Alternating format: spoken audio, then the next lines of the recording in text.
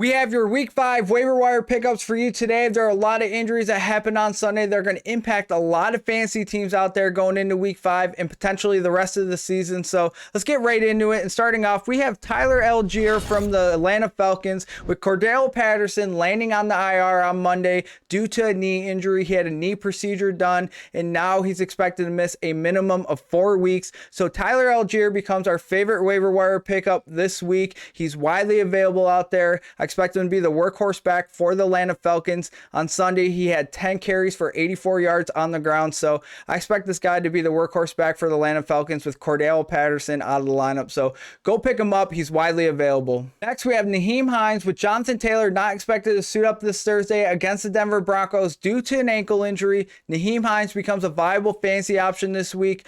He is about 60% on throughout leagues out there. So go check your waiver wire. If you need a running back, he may be someone you want to take a look at. I wasn't going to put Melvin Gordon in this video due to the fact that he's not widely available throughout a lot of leagues out there. So I wasn't going to throw him in, but it's worth checking and seeing. You never know. And if he is, you need to pick him up. Javonte Williams is out for the remainder of the season with the torn ACL. So Melvin Gordon becomes a viable fantasy option week in and week out. Next, we have Romeo Dobbs making our waiver wire video yet again after having another great game. He had 8 targets, 5 receptions, 47 yards, and a touchdown. This guy's getting going in this Packers offense and needs to be rostered. He's widely available. He's only 46% owned. So if you need a wide receiver, Romeo Dobbs is your guy. Next, we have Alec Pierce, who is starting to get involved in this Colts offense that is very thin at the wide receiver position. I think he has a great shot of establishing himself as the wide receiver 2 behind Michael Pittman. In week 3, he had 5 targets, 3 receptions for 61 yards.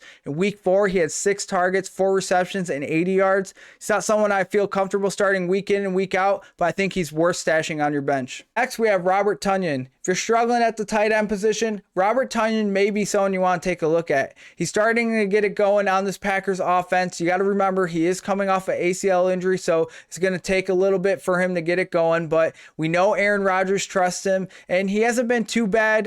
He hasn't had no big fancy games, but he did catch a touchdown against the New England Patriots, so I think Robert Tonyan is worth adding if you need a tight end. Next, we have our quarterback of the week, Trevor Lawrence, who's taken on the Houston Texans, which we know the Houston Texans is a great fantasy matchup, so I love Trevor Lawrence this week in a bounce back spot after losing to the Philadelphia Eagles. This Jaguars offense has been looking really good, so I like Trevor Lawrence as a streaming option this week. Last, we have our defense of the week, the Tennessee Titans. The Tennessee Titans are taking on the Washington Commanders this week, and we love starting defenses against the Commanders due to the fact that Carson Wentz loves to turn the ball over. The offensive line can't hold nobody back, so that means defenses are getting a ton of sacks. So I love starting defenses against the Commanders, so the Tennessee Titans are my streaming option this week. But that's going to do it for us today. If you liked the video, be sure to give it a thumbs up, subscribe to the channel. Until next time, line them up.